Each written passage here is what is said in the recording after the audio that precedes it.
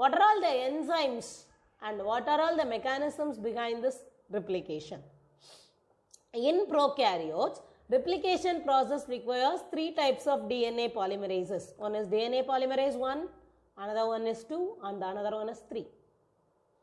DNA polymerase 3 is the main enzyme involved in this DNA replication. DNA polymerase 1 is also called as a Kornberg enzyme, and whereas DNA polymerase 2 is involved in the DNA repair mechanism and for proofreading. So eukaryotes have 5 types of DNA polymerases that catalyzes the polymerization of nucleotides at the 3 OH of the new strand within a short period of time. So E. coli has 4.6 into 10 to the power of 6 base pairs, which completes its replication process within 38 minutes. But the replication takes place faster at the same time accurately. So if there is any mistake here, then it will lead to mutation. However, replication errors has to be corrected with the enzymes called as nucleases. So we have 5 types of DNA polymerases which are catalyzing the polymerization reaction. We have with the 3 OH and a new strand nucleotides at 3 OH, we are going to get from there, and the new strand will be formed within a short period of time. For E. coli it is 38 minutes as it has very less amount of nucleus base pairs, about 4.6 into 10 to the power of 6 base pairs. So it takes place at a very fast time and it has to be accurate. If it is not accurate, then it leads to mutation. So enzyme nuclease must be there for correcting the mistakes. Deoxynucleotide triphosphate acts as a substrate and also provides the energy for polymerization reaction. So this deoxynucleotide triphosphate is an enzyme that provides the energy for this polymerization reaction. So replication begins at the site of origin of replication called as ORI. In prokaryotes, there is only one origin of replication, but in eukaryotes we have giant DNA molecules. So there must be several origins called as replicons. So here their origin of replication is more, then they are called as replicons. Since the 2 strands of DNA cannot be separated throughout at a time, so why? Because it needs a large amount of energy. The replication occurs with a small opening of the DNA helix called as a replication fork. So we cannot open the whole nucleus as the whole DNA as such, but we can use only a few places and we can form a replication fork. Unwinding of the DNA is carried out by DNA helicase. Thus, in one strand, template strands with a polarity of 3 to 5 prime end, no problem, the replication will take place and it is called as a leading strand. On the other hand, in the reverse, 5 to 3 prime, what will happen? The replication will not be continuous, it is discontinuous. Thereby, it is called as a lagging strand. And there will be discontinuous synthesis of fragments called as Okazaki fragments. As they move away in both directions, newly synthesized complementary nucleotides are paired with the existing nucleotides on the parent strand. And covalently they are bonded together by DNA polymerase. So what will happen?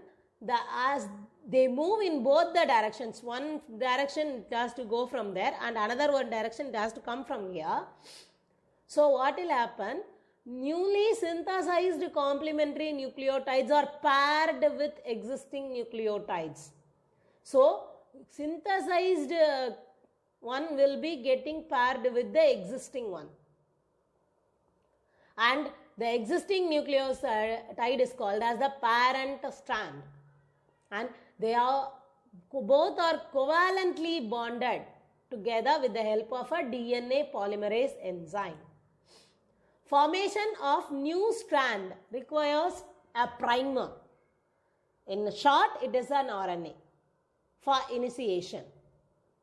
Then the primer produces 3 OH end on the sequence of ribonucleotides, to which deoxyribonucleotides are added. The RNA primer is ultimately removed, leaving a gap in the newly synthesized strand. So there will be RNA polymer. This RNA polymer will have to come and attach onto the DNA, and it has to be removed with the help of to form a DNA strand from the 5' end. This activity was done by an exonuclease called as DNA polymerase. Finally, all the nucleotides are in position, and there must be gaps in between them, and they have to be sealed with the help of a DNA ligase. At the point of origin of replication, helicase and topoisomerase, called as DNA gyrase, unwind the strand and pull them apart. Then only it forms a Y-shape structure called as the replication fork. There are 2 replication forks at each origin. The 2 strands of DNA helix have an anti-parallel orientation. So one will be going in the upside down and another one is coming from the downside up. So the enzyme DNA polymerase can only catalyze the addition of a nucleotide to the new strand in 5' to 3' direction. So DNA polymerase can only be the catalyst for the nucleotide's new strand in the direction of 5' to 3' end, as it can only add nucleotides to the 3' carbon position. So it can alone add a nucleotide to the 3' carbon position. Who can? DNA polymerase can alone give a nucleotide in the 3' carbon position. So DNA replication. This is the overall view. Initiation of replication. DNA double helix has to be unwinded and it has to be provided with the single stranded DNA templates. This will be given by helicases and single strand binding proteins. So synthesis in the leading strand. What will happen? Priming by primase, elongation with the help of DNA polymerase, replacement of RNA primer by DNA will also be done by a DNA polymerase. Whereas in the synthesis of a lagging strand, priming is done by priming of Okazaki fragments is done by primase. So each and every fragment before that there will be primase. So elongation of the fragment will be done by DNA polymerase. Replacement of RNA primer by DNA will also done by DNA polymerase, and joining of fragments will be done by ligase.